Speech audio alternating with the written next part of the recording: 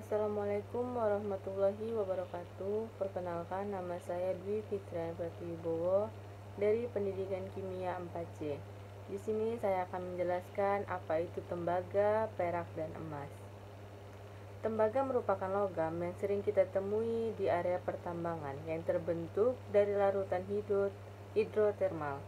Yang dimaksud dengan hidrotermal ialah yang berasal dari panas bumi. Unsur-unsur logam tembaga memiliki sifat khas yang umumnya merupakan zat padat pada suhu kamar. Unsur ini memiliki korosi yang cepat sekali. Tembaga murni sifatnya halus dan lunak, dengan permukaan berwarna jingga kemerahan. Selanjutnya saya akan menjelaskan tentang sifat-sifat tembaga.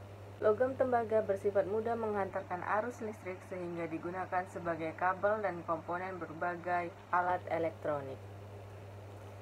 Selanjutnya saya akan menjelaskan tentang senyawa-senyawa tembaga. Yang pertama ialah tembaga 2 oksida atau CuO. Senyawa CuO digunakan sebagai insektisida, bahan baterai, bahan penyepu, dan bahan pewarna hitam untuk keramik, bahan gelas, porselin, dan juga rayon.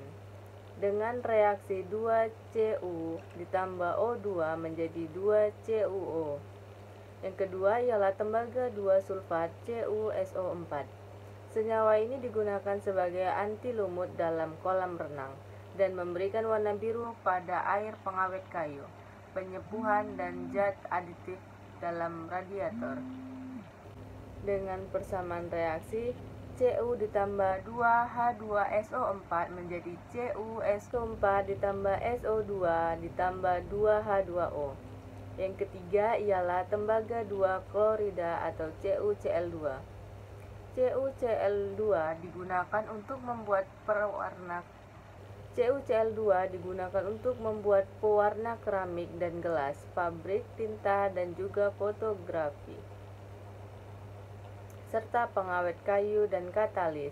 Dengan reaksi 2Cu+ ditambah 4Cl- menjadi 2CuCl2-. Adapun proses pembentukan tembaga yaitu tembaga dipecah-pecah menjadi bubuk, kemudian dilakukan pemisahan dari kotorannya. Logam yang mengandung tembaga dipanaskan dalam dapur sehingga diperoleh paduan tembaga dengan besi dan juga belerang. Dalam industri elektronik, tembaga dipergunakan untuk kabel listrik, kawat telepon, dan juga telegram, peralatan listrik, kap-kap pelindung kumparan, dan lain sebagainya. Selanjutnya, dampak penggunaan tembaga. Batas maksimum logam tembaga dalam air adalah 1 bpj. Air yang mengandung tembaga dengan kadar melebihi batas maksimum yang diperbolehkan dapat menimbulkan dampak berupa kerongkongan terasa kering, mual-mual, diare yang terus-menerus, dan iritasi pada lambung.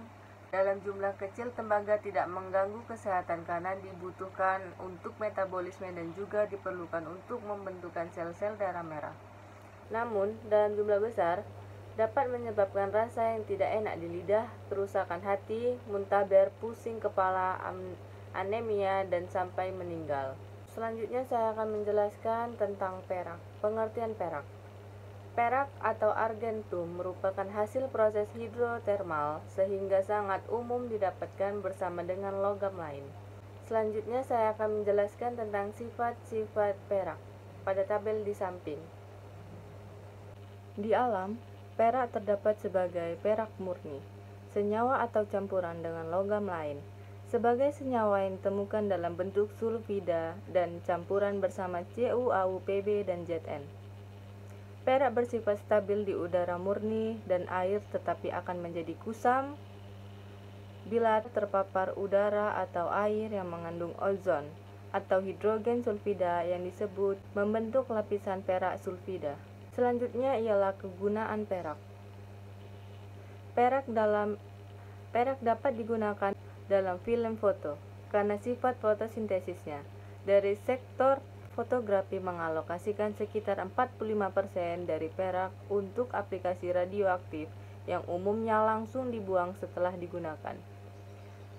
Limbah yang mengandung logam Ag kemungkinan besar langsung dibuang ke lingkungan yang menyebabkan pencemaran lingkungan dan juga mengganggu kesehatan pada manusia. Pada proses biooksidasi mineral sulfida dengan penambahan ion katalis Ag+, perak yang digunakan sebagai katalis harus bisa diambil kembali atau recovery untuk digunakan lagi dalam siklus proses.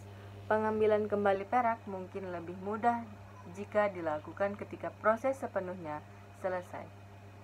Bila dibandingkan pada proses akhir, perolehan kembali bisa terlambat. Selanjutnya saya akan menjelaskan tentang emas, pengertian dan metode pemisahan emas. Emas dapat ditemukan dalam bentuk mineral, di mana emas sebagai logam berharga yang dominan. Misalnya logam natif, elektrum, calaverite, sylvanite, dan mineral di mana emas sebagai unsur minor. Misalnya arsenopyrite, pirit, kalkopirit, dan lainnya. Berdasarkan kemudahan diekstraksi, biji emas diklasifikasikan menjadi biji emas free milling, biji emas kompleks, dan biji emas refraktori. Itu beberapa metode pemisahan logam emas dari batuan mineralnya telah banyak diteliti, seperti metode ekstraksi, hidrotermalurgi, dan teknologi membran. Dalam pemisahan logam AU dari bijinya dengan metode ekstraksi, pemilihan jenis pelarut sangat menentukan persentase perolehan kembali atau recovery logam AU.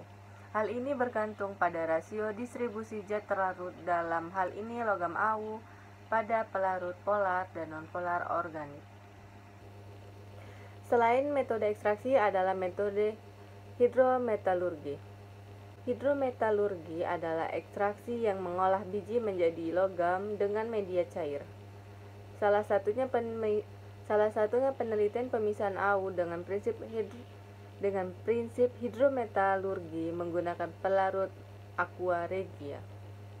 Pemisahan logam AU juga dapat dilakukan dengan teknologi membran emulsi yang menyebutkan bahwa mampu menghasilkan persentase kembali atau recovery logam AU.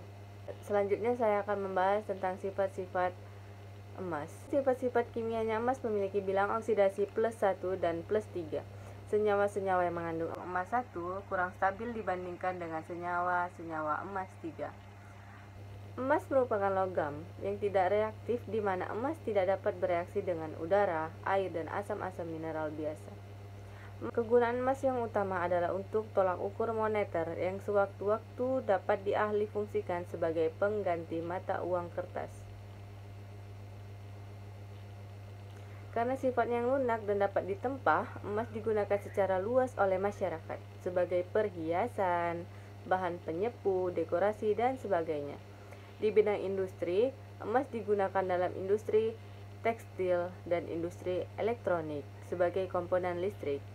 Yang pertama ialah metode heap leaching. Metode heap leaching atau pelindihan tumpukan, yaitu pelindihan emas dengan cara menyiramkan larutan sianida pada tumpukan biji emas yang sudah dicampur dengan batu kapur. Selanjutnya, yang kedua ialah fat leaching, yaitu pelindihan emas yang dilakukan dengan cara merendam biji emas yang sudah dicampur dengan batu kapur dengan larutan sianida selama 3-7 hari. Yang ketiga ialah agitated tank leaching. Adalah pelindihan emas yang dilakukan dengan cara merendam biji emas yang sudah dicampur dengan batu kapur dengan larutan sianida pada suatu tangki dan selalu diaduk atau dierasi dengan gelembung udara yang biasanya dilakukan selama 24 jam untuk hasil pelindihan yang optimal. Terima kasih atas penjelasan dari saya. Saya ucapkan wabillahi taufik walhidayah. Wassalamualaikum warahmatullahi wabarakatuh.